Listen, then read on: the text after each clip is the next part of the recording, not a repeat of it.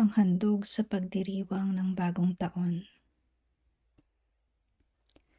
Sa unang araw ng ikapitong buwan, magdaraos kayo ng banal na pagpupulong at huwag kayong magtatrabaho. Sa araw na iyon ay hipan ninyo ang mga trompeta.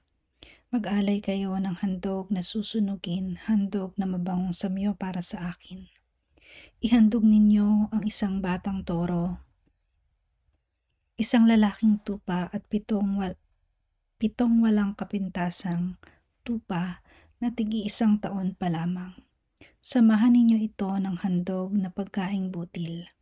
1.5 salop ng harinang minasa sa langis para sa toro, 1 salop para sa tupa, at 1/2 salop para naman sa bawat batang tupa. Maghahandog din kayo ng 1 kambing na lalaki para sa katubusan ng inyong mga kasalanan.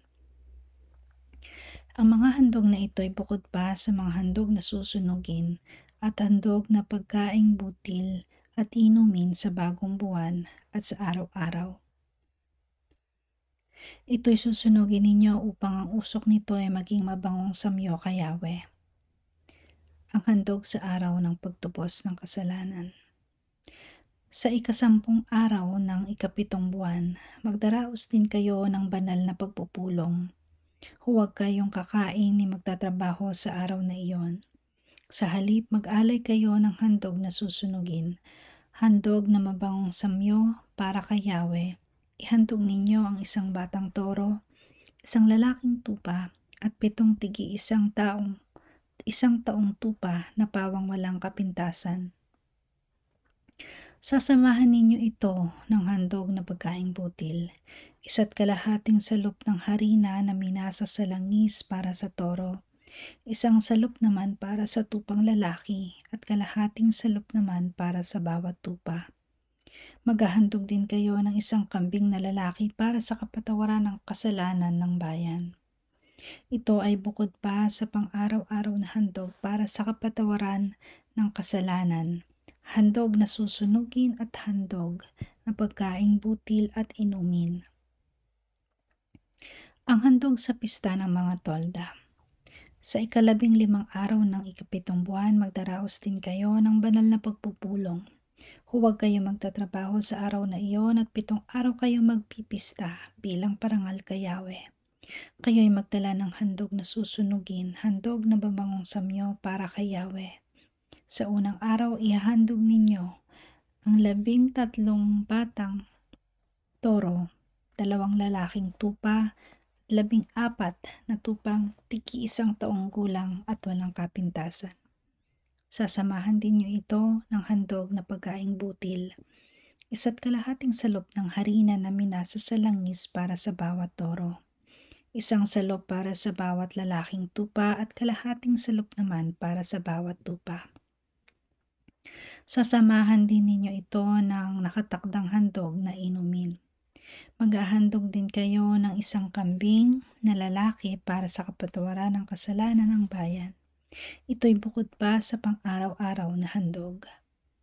Sa 2 araw, ang ihahandog ninyo ay 12 batang toro, 2 lalaking tupa at 14 na tupang tigi-1 taong gulang at walang kapintasan. Sasamahan ito ng handog na pagkaing butil at inumin gaya ng nakatakda para sa unang araw. Maghahandog din kayo ng 1 kambing na lalaki para sa kasalanan ng bayan. Ito'y bukod pa sa araw-araw na mga handog. Sa 3 araw, ang ihahandog ninyo ay 11 batang toro, 2 lalaking tupa, at 14 na tupang tigi-1 taong gulang at walang kapintasan.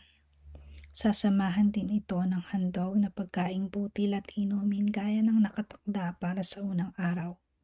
Maghahandog din kayo ng 1 kambing na lalaki para sa kapatawaran ng kasalanan ng bayan. Ito'y bukod pa sa pang-araw-araw na mga handog. Sa 4 na araw, ang ihahandog ninyo ay 10 batang toro, 2 lalaking tupa, at 14 na tupang tigi-1 taong gulang at walang kapintasan. Sasamahan ninyo ito ng handog na pagkaing butil at inumin gaya ng nakatakda para sa unang araw.